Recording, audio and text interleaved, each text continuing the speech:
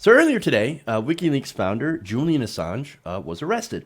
Now, after it was apparently revealed, not long after it's apparently revealed, the Trump administration had decided to pursue charges against him relating to a release by WikiLeaks.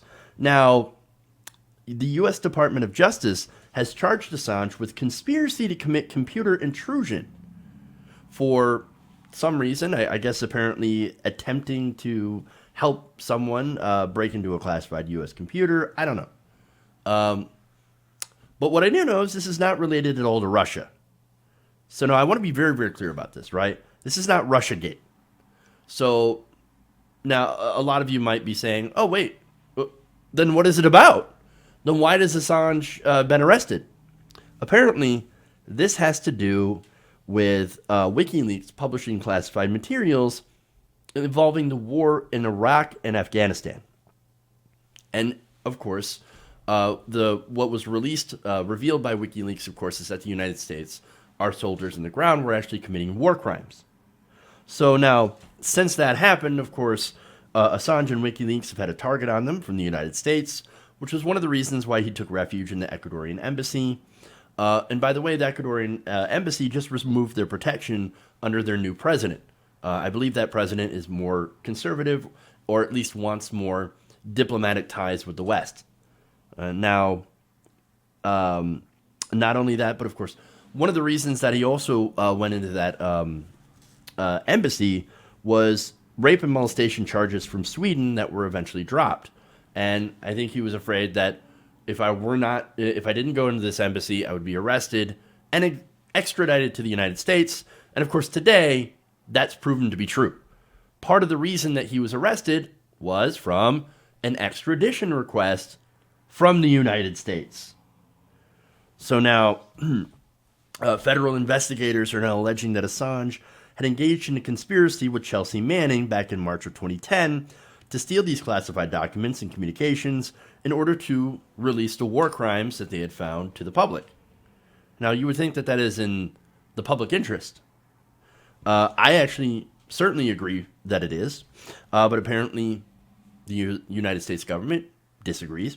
Now, they said he actively encouraged Manning to break into the U.S. Department of Defense computers to download classified information and transmit it to him for publication at WikiLeaks.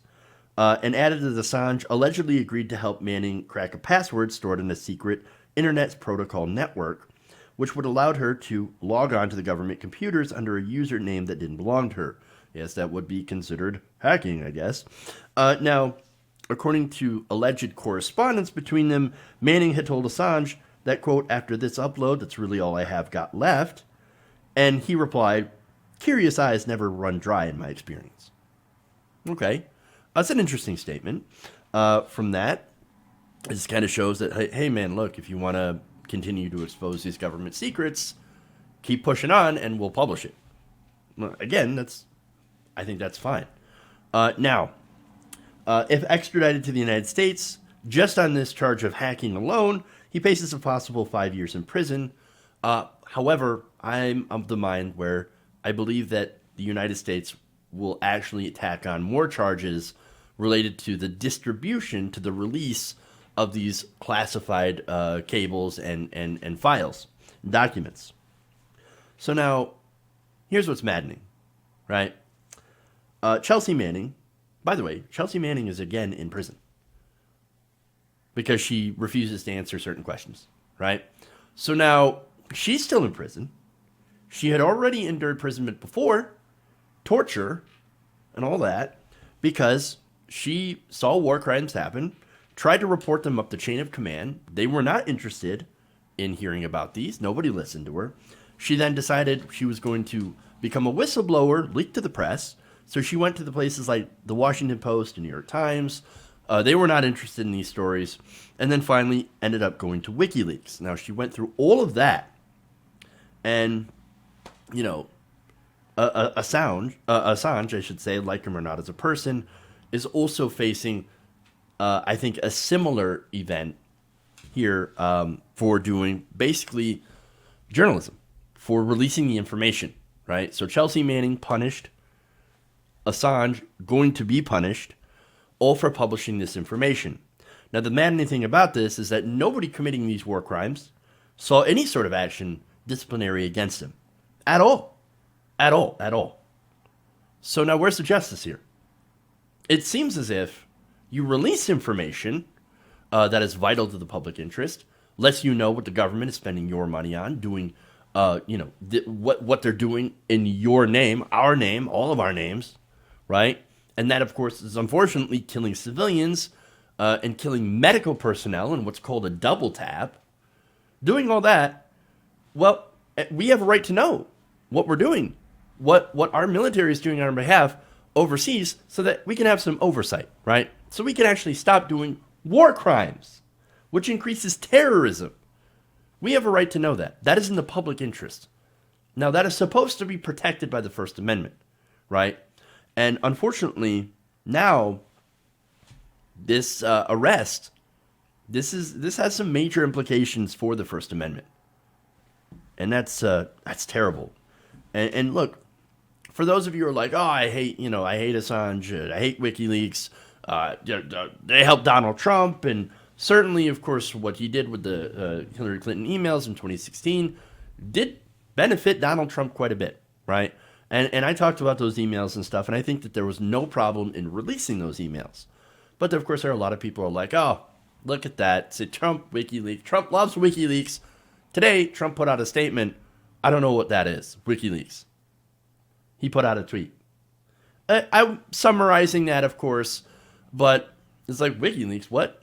No, I don't have anything to do with it. I don't know anything about that. Are you serious?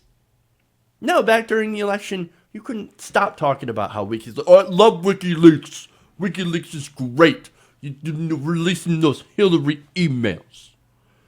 And then, of course, Donald Trump does what he always does.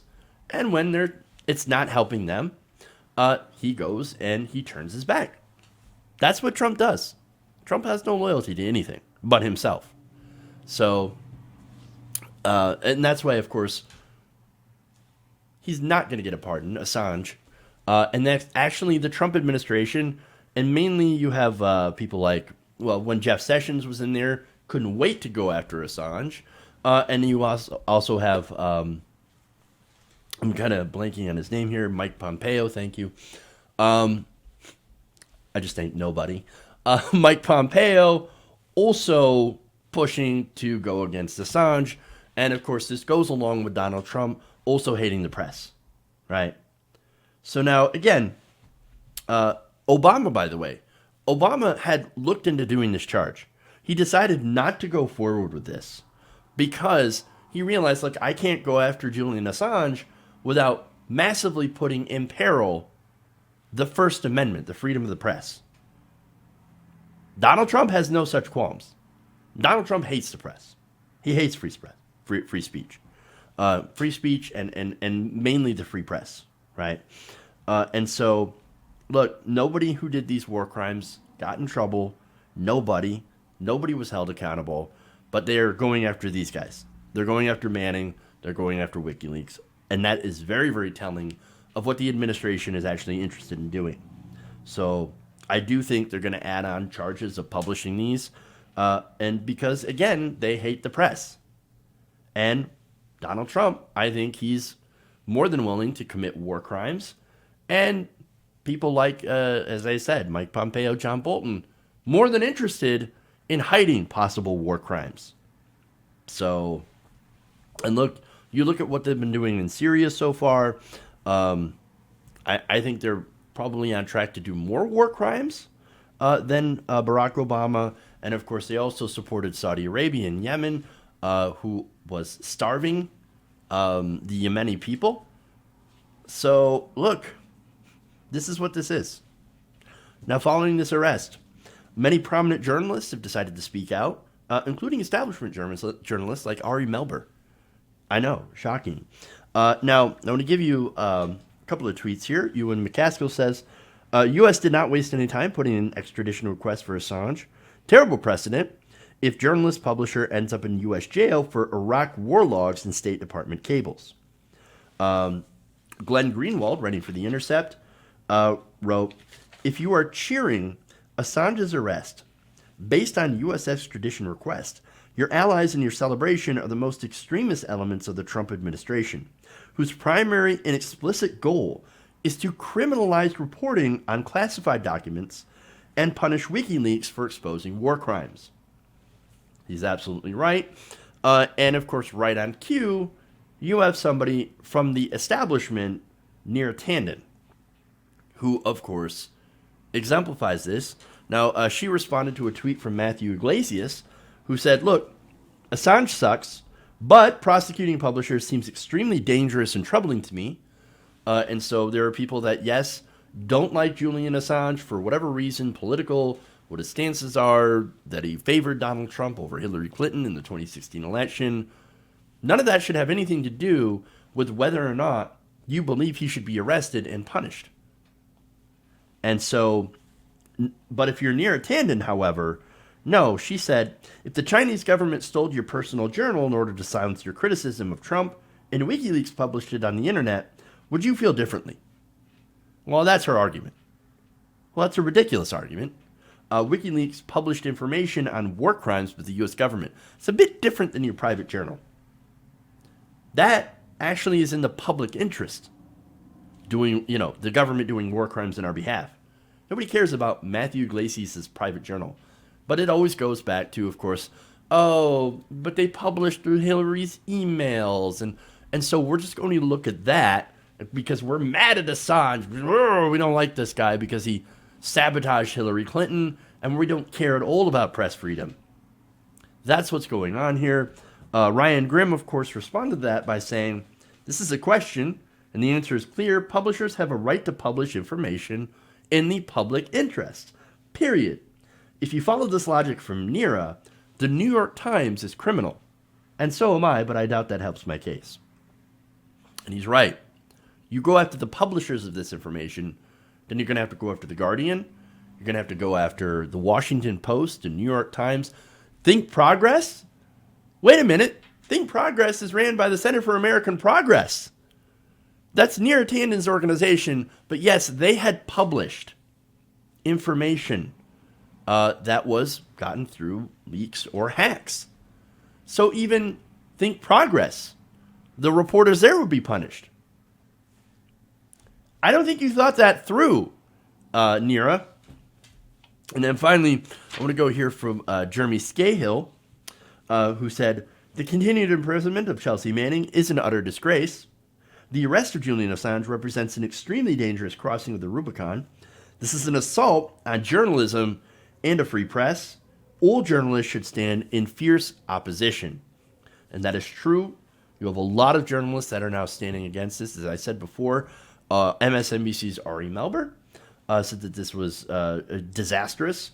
That would set a disastrous precedent. You have Cenk Uygur also coming up strongly. Glenn Greenwald, as I mentioned before. A lot of progressive journalists, and not just progressives, but everybody who actually cares about the free press. Washington Post even had an article that said that this was a terrible precedent and that we should not be arresting Assange.